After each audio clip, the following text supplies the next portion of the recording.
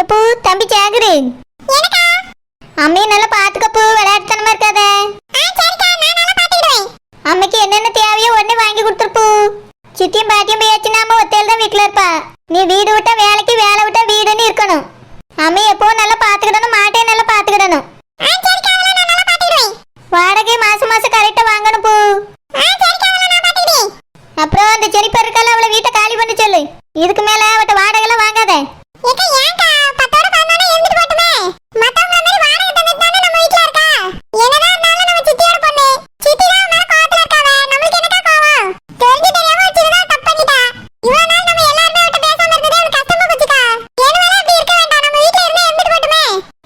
அவ நம்ம வீட்டுல இருக்கிறது சித்திக்கு என்ன தெரியாது.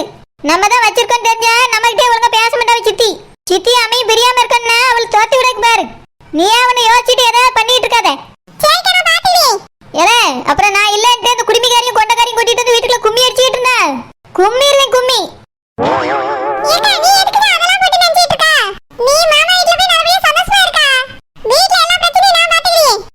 ஒன்னையால்தான் ஏதாவது பிரச்சனை ஆகுமான்னு எனக்கு பயமா இருக்கல. நான் போறேன் வரேன்னு எவகிட்டையும் சொல்லல. கிளம்பி வெளியே வர்றதுக்குள்ள அவ்வளவு நேரம் வந்து வாசல்ல நின்னுட்டாள்வ. இப்படிதான் நம்ம வீட்டுக்காரே எப்படிதான் தெரிஞ்சுக்கிறியாவன்னு தெரியல. நீ ஒரு சரியான ஓட்டவை எல்லாருக்கும் போன போட்டு சொல்லுவா, இல்ல மெசேஜ்ல சொல்லுவா. வீட்டுல என்ன நடந்துட்டு இருக்கு, யார் இருக்கா யார் இல்லன்னு உடனே சொல்லி போன போட்டு கூப்பிடுவா. இதான் சாக்கு, நீ மொத்த பேரும் வந்து விழுந்துருவாள்வ. அதுக்குதான் சொல்லிட்டு இருக்கேன் தம்பி சேகரு, நீ ஒழுங்கா விவரமா இருக்கக்கு பாரு. அப்புறம் நம்ம கோழியில ஒரு கோழி பக்கத்து வீட்டு மரத்துக்கிட்ட போய் முட்டையை விடுது. மரத்துல ஒரு பொந்து இருக்கு, அந்த இடத்துல போய் விட்டுட்டு வந்துருது. நானா தினமா போய் எடுத்துட்டு வந்துருவேன். அத கவனமா ஞாபகம் வச்சு எடுத்துருங்க, இல்லனா பக்கத்து வீட்டு கிளவி எடுத்து முட்டையை பொறிச்சு தின்னுடும். அப்புறம் இந்த மாசம் வாடகைன்னு ஏத்தி வாங்கல. 2ஆம் தேதி ஆகுது தம்பி சேகரு. எல்லாம் 5ஆம் தேதி தரேன் 10ஆம் தேதி தரேன்னு ஒரு கதை விடுவா. அதுலயும் இந்த மாசம் நான் இங்க இல்லைன்னு எல்லாருக்கும் தெரிஞ்சு போச்சு. அதனால என்கிட்ட கொடுத்துட்டேன்னு சொல்லுவாள்வே, இல்லைன்னா அடுத்த மாசம் சேர்த்து தரேன்னு சொல்லுவாள்வே. அதெல்லாம் கேட்டுட்டு சும்மா இருக்கக்கூடாது. ஞாபகமா எல்லாத்தையும் போய் வாடகை வாங்கிடணும். யாராவது தரலன்னு வச்சுக்க, எனக்கு போனபடி நான் வந்துடுறேன். பாத்துக்கிட்டேன்னு எல்லாத்துக்கும் விட்டு கொடுத்துட்டு சும்மா இருந்துடாத. உன் சம்பளமா அந்த 10 வீட்டு வாடகை வச்சுதான் நம்ம வாழ்ந்துகிட்டு இருக்கோம். ஒழுங்கா வாடகை வசூல் பண்ணக்கு பாரு. அப்புறம் இன்னொரு முக்கியமான விஷயம், மாமா வந்தாச்சு. அதனால உனக்கு பொண்ணு பாக்குற வேலையை தான் நம்ம பார்க்க போறோம். கூடிய சீக்கிரம் உனக்கு கல்யாணம் இருக்கும். அதனால கல்யாண மாப்பிள்ளைங்கதையும் மனசுல வச்சுக்க. எங்கேயாவது போய் பல்ல இழிச்சிட்டு நின்னான்னு கேள்விப்பட்டேன். மனுஷியா இருக்க மட்டும் பாத்துக்க. நானும் மாமாவும் யார் கழுத்துல தாலி கட்டுன்னு சொல்லியுமா அந்த பிள்ளை கழுத்துல தான் நீ கட்டணும். அதை விட்டுட்டு நீயா எதையாவது யோசிச்சுட்டு பண்ண நல்லா இருக்காது சொல்லிவிட்டேன். ஏதாவது ஏட கூடமா பண்ணான்னு வச்சுக்க, அந்த வீட்டு பக்கமே நான் வரமாட்டேன்.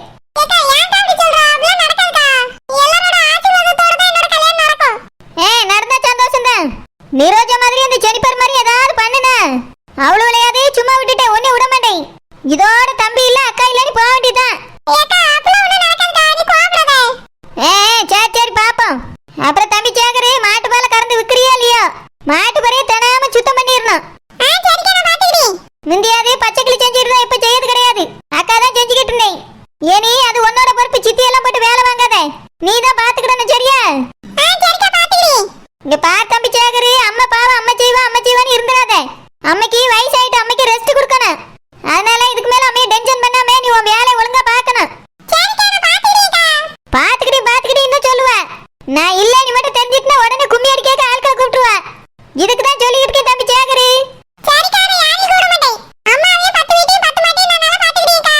அது மட்டும் இல்ல, சில பல கோழிகள் இருக்கு, அதையும் பாத்துக்கிடணும். ஒண்ணு அங்க போச்சு ஒண்ணு இந்தால போச்சுன்னு விட்டுற கூடாது. அப்புறம் தம்பி சேகரு, உன்னை நான் தான் தினாம எழுப்பி விடுவேன். நல்லா சாப்பிட பூனி வச்சு தருவேன். நீயும் 10-20 இட்லி தின்னாலும் பிறகு 4 தோசை சுட்டுட்டு வைக்காம்பா. நானும் நம்ம தம்பி வளர்ற பையனி 4 தோசைக்கு பதில் 8 தோசையை சுட்டு கொண்டு வைப்பேன். நல்லா இருக்குக்கான்னு சாப்பிட்டுட்டு போவா. அப்படி இருந்து உன் உடம்புல சதை ஒழுங்கா பிடிக்க மாட்டேங்கி பூ. என்னை அக்கா இல்லன்ட்டு கவனிக்க காலையிலேன்னு சாப்பிடாம வாங்காம இருந்துடாத பூ.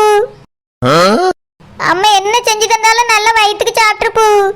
அம்மையால செய்ய முடியலனாலும் நீயே செஞ்சு சாப்பிட்டு பூ.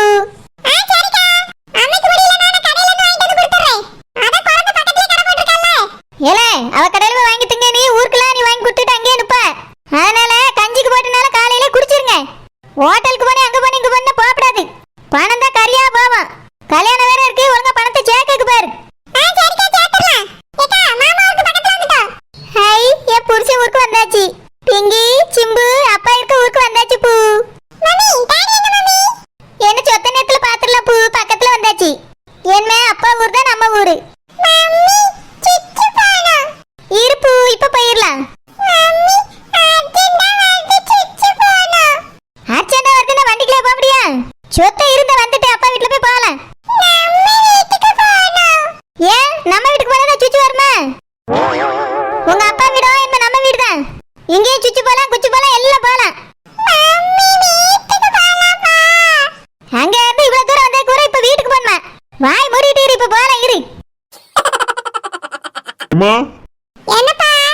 அம்மா சரோஜா வந்துட்டு இருக்கலாம், போன் பண்ணா.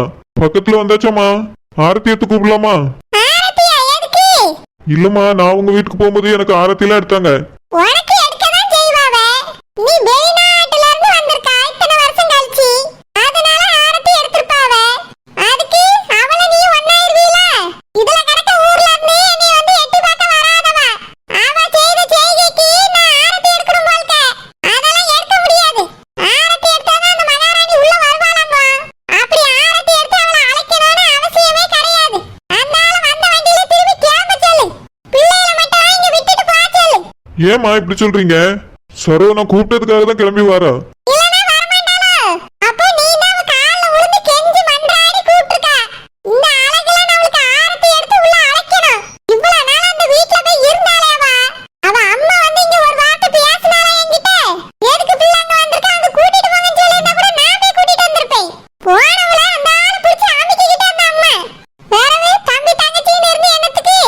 அவியல வந்து அவளுக்கு அங்க பேச வரல. என்னவோ நான் தப்பு செஞ்சு துரத்திட்ட மாதிரி எல்லாரும் நினைச்சிட்டு இருந்திருக்காவ. இவ அப்படிதானே என்னைய பத்தி இல்லாதது பொல்லாததெல்லாம் சொல்லி கொடுத்திருக்கா. அவ சொன்னதுல ஒரு உண்மை கிடையாது. நீ ஏத நம்பியிருக்கா? மத்தவிய நம்புறதுக்கு என்ன? எனக்கு அவளுக்கெல்லாம் ஆர்த்தி எடுக்கவே இஷ்டம் இல்ல சரத்து பாபு. வந்தானா உள்ள வர சொல்லு. ஏன் நீ கூட வெளியே போய் அவளை கூப்பிடாத, அவளே உள்ள வரட்டும். இந்த வீட்ல இருந்து போனவளுக்கு வர தெரியாதோ? தம்பிக்காரனுக்கு பொண்ணு கேட்டு மட்டும் வந்தா, அப்புறம் பிள்ளைகளை நான் ஒரு நாள் கூட்டிட்டு வந்துட்டேன். அப்ப கூப்பிடுறதுக்கு என்ன மாதிரி பாஞ்சிட்டு வந்தா தெரியுமாவா? அப்பலாம் மட்டும் அவளுக்கு வர தெரியும் இந்த வீட்டுக்கு. மாமியாரி நல்லா இருக்காளா இல்லையான்னு பார்க்கணும்னு வரவே தெரியாது. அம்மா வரும்போது நீங்க நல்லா பேசிருக்கலாம்ல. ஆமா, அவளே கோவத்துல நீ அடிக்க மாதிரி வருவா. அவளுக்கு வெத்தல பாக்க வச்சு அழைச்சி மாமா மருமவளே நான் பேசி.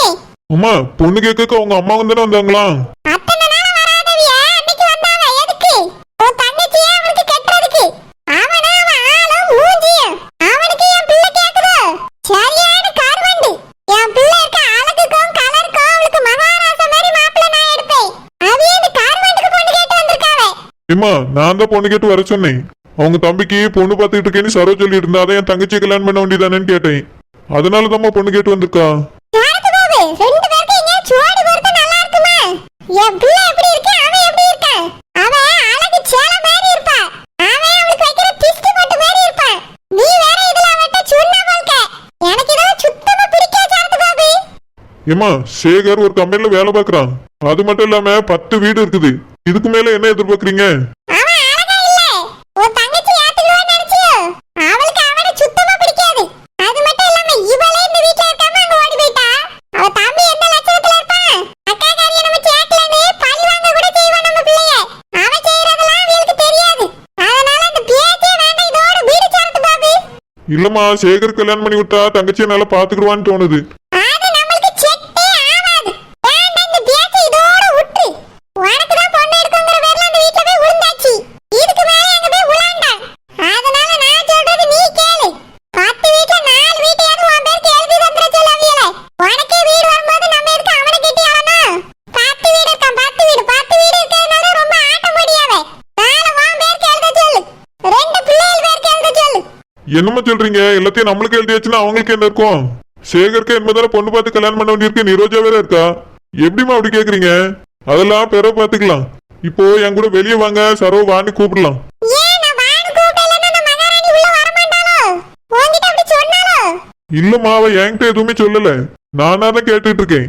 ஏன்னா நான் ஊர்ல இருந்து வரும்போது குடும்பமே என்னை வந்து வரவேற்று கூப்பிட்டாங்க. ஆரத்திலாம் எடுத்தாங்கம்மா. அப்புறம் நான் சாப்பிடணும்னு நிறைய ஐட்டம் செஞ்சு வச்சிருந்தாங்க. ஆனா நான் தான் எதுவுமே சாப்பிடல. அதுக்குள்ள நீங்க வந்து கூப்பிட்டுட்டீங்க. அதெல்லாம் நாடகம் சரத்து பாபு, நீ அதை நம்பி ஏமாறாத. உன்னை ஏவிய பக்கம் இழுக்கிறதுக்காக அவிய போட்ட நாடகம் அதெல்லாம். ஒரு நாள் செய்வாவ, நீ அங்க போய் இருந்தா ஒவ்வொரு நாளும் உனக்கு செய்வாவ நீ நினைச்சிட்டு இருக்கியோ? சரியான நடிப்புக்கார குடும்பம். நீ அதை நம்பி ஏமாறாத, நான் சொல்லிட்டேன். ஒழுங்கா அம்மா பேச்ச கேளு. அவ வந்தா ஒழுங்கா வீட்டுக்குள்ள வருவா, அவளுக்கு வர தெரியும். நீயும் போய் அழைக்கண்டா, நானும் வந்து அழைக்க மாட்டேன். ஏம்மா பசங்களும் வராங்கல்ல. வந்தா என்ன அவ கூட உள்ள வருவாவ. சரிம்மா வந்தோடனே அவங்களுக்குள்ள சாப்பிடறதுக்கு என்ன வச்சிருக்கீங்க? குழந்தைங்க வேற வருது. வீட்டுல நம்மளுக்குன்னு சமைச்சு வச்சதா பிள்ளைகளுக்கு எடுத்து வச்சிருக்கேன். வந்து சாப்பிடட்டும். இல்லம்மா ஏதாவது ஸ்பெஷலா நிறைய ஐட்டம் செஞ்சு. இங்க பாரு சரத்து பாபு, வெச்சலாலாம் செய்யணும்னா உன் பொண்டாட்டி வந்து செய்ய சொல்லு. அம்மைக்கு என்ன செய்ய வருமோ அதான் செய்ய முடியும். நீ பழைய கஞ்சி தானே குடிச்சா, அதுதான் இருக்கு. வேணும்னா அவளை அதை குடிக்க சொல்லு. பிள்ளைகளுக்கு சோறும் குழம்பு இருக்க சாப்பிட சொல்லு. சரிம்மா, அப்படின்னா இன்னைக்கு ஒரு நாள் பிள்ளைக்கும் என் பொண்டாட்டிக்கும் வெளியே வாங்கி கொடுத்துட்றேன். நாளையில இருந்து நல்லதா சமைச்சிருங்க. என்னது சமைக்கணுமா? இல்லம்மா, சரோ செய்வா. இங்க பாரு, இன்னைக்கு வீட்ல என்ன இருக்கோ அதை சாப்பிட்டுட்டு இருக்கட்டும். முத நாளே நீ ரொம்ப இடம் கொடுக்காத. இருக்கதை சாப்பிட்டா போதும். நம்மளுக்கு ஒண்ணு 10 வீடு 10 மாடலாம் இல்ல, ஒரு வீடு தான். சரிம்மா, நான் சரோ வரலான்னு போய் பாக்குறேன். இவன் நான் சொன்ன ஒரு வார்த்தை கேட்க மாட்டான். இப்படி இருந்தா அவன் எப்படி மதிப்பா? வாரால பிள்ளைகளை கூட்டிட்டு இன்னைக்கு வாரட்டும் வாரட்டும். இந்த வீடு எப்படி இருக்குன்னு இன்னிதான் அவ தெரிஞ்சுக்கிடுவா. ஊர்ச்ச வெளிநாட்டுல இருந்து வந்திருக்கா, நிறைய அள்ளிக்கிட்டு வந்திருப்பாருன்னு வந்திருப்பா. கொடுத்தாதானே வாங்க முடியும். எப்படி வாங்கிய நானும் பாக்கேன்.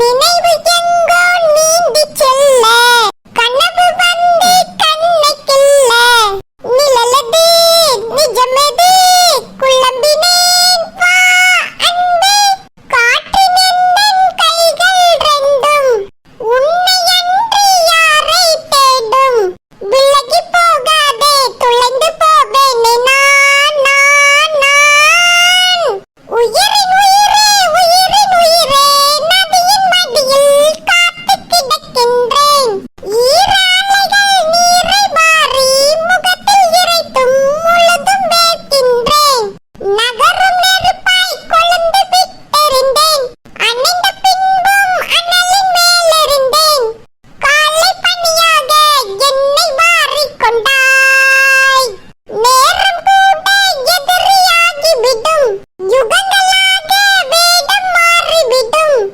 அணைத்துக் கொண்டாயே பின்பு ஏனோ சென்றாய் ஒமகசியா ஓகியாலா ஓகியாலா ஓகியாலா சாமிமா என்னம்மா ரொம்ப சந்தோஷமா இருக்க மாதிரி தெரியுது. ஆமாம்மா, என்னோட வாழ்க்கையில இப்பதான் சந்தோஷம் பிறந்திருக்கு. இனி இந்த சந்தோஷம் தொடரும். நான் சேகர கல்யாணம் பண்ணிட்டு அந்த வீட்டுக்கு போய் தான் ஒன்னர் ரவியில வெளியே அடிச்சு துரத்தணும்னு நினைச்சுக்கிட்டு இருந்தேம்மா. ஆனா அந்த ஒன்னர் ரவியில இப்ப வெளியே போயிட்டாவே. God is double greatமா. இப்போ எனக்கான வழி வாசல்களை திறந்து விட்டிருக்காரு. சாமி, பிறந்து விட்டது சரோஜாக்கா புருஷன் தானே? எம்மா, புருஷனா ஏதோ ஒரு மனுஷனோ? இப்போ எனக்கான வழி வாசல் திறந்திருக்கு. இனி நான் அதுக்குள்ள போய் சேகர கல்யாணம் பண்ணணும், அவ்வளவுதான். அதான் சந்தோஷமா ஆடி பாடிட்டு இருக்கேம்மா.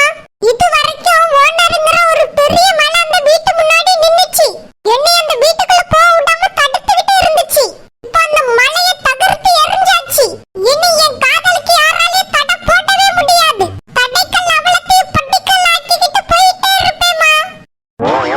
சரி சோமிமா, சரோஜாக்காங்க இல்லனா சேகருக்கு உடனே கல்யாணம் பண்ணி வச்சிருவாங்களா? அதுக்கு சேகருக்கு அம்மா சம்மதிக்கணும்ல? எம்மா, அதெல்லாம் ஆண்டி ஈஸியா சம்மதிப்பாங்க. சேகரே சம்மதத்தை வாங்கிருவான். ஆண்டில ஒரு ப்ராப்ளமே இல்லம்மா. ஓனர் மட்டும் தான் ப்ராப்ளம். இல்ல சோமிமா, கொஞ்சம் யோசிச்சு பாரு. மீன்காரக்கா மகனுக்கு நிரோஜாவை கட்டி தர சம்மதிக்கலவிய அம்மா. நம்மளுக்கு இப்ப சொந்தமா ஒரு வீடு கூட இல்லம்மா. நீ இந்த வீட்டுக்கு மருமகளா போனா அவிய ஒத்துக்கிடுவாங்களா? இன்னுமா நீ இப்படி ஒரு குண்டத்துக்கு போடுறானே நாங்கள யோசிக்கவே இல்லையே. அம்மைக்கு இப்ப நாம தோணிச்சு. சரோஜாக்கா பாதினா அவிய அம்மா மீதிமா. சரோஜாக்கா கோமா பட்டு பட்டுன்னு பேசிடுவாவே. ஆனா இவிய கமுக்கமா இருந்தே காரியத்தை சாதிச்சிருவாவம்மா. அதனால நான் என்ன சொல்றேன்னா, நீ முதல்ல சரோஜாக்கா அம்மா கிட்ட நல்ல பேர் எடு. அதுக்கப்புறம் சேகர் கிட்ட காதல் சொன்னான்னு வச்சுக்கியா. ஏன் சேகர் என்னமா சேகர், நீ அவிய அம்மா கிட்டே நேரடியா போய் நான் உங்க மகனை காதலிக்கிறேன்னு சொன்னாலே போதும். உன்னையும் சேகரையும் சேர்த்து வச்சிருவாங்கம்மா. அம்மா, ஐடியாலாம் நல்லதா இருக்கானு ஒர்க் அவுட் ஆகுமா? சூப்பரா ஒர்க் அவுட் ஆகும் சாமி. நீ சரோஜாக்கா அம்மா கிட்ட போய் நல்ல பேர் எடு. எப்படிமா நல்ல பேர் எடுக்கிறது? அவிய கிட்ட சேகர் கிட்டனாலும் நான் பேசுவேன். அம்மா கிட்ட என்னத்த போய் பேசுறது? வானர் வீட்ல இல்லல்ல, அதனால உங்களுக்கு வீட்ல ஏதாவது வேலை செய்யணுமா, அது செய்யணுமா, இது செய்யணுமான்னு போய் கேளு. அவியலும் ஏதாவது செஞ்சு கொடுமா அப்படின்னு சொல்லுவாவ. இதுக்கு முன்னாடி நீ அந்த வீட்ல சம்பளம் வாங்கிட்டு போய் வேலை செஞ்சாலம்மா, அந்த மாதிரி சம்பளம் வாங்காம போய் உதவி செஞ்சு குடிச்சோமி.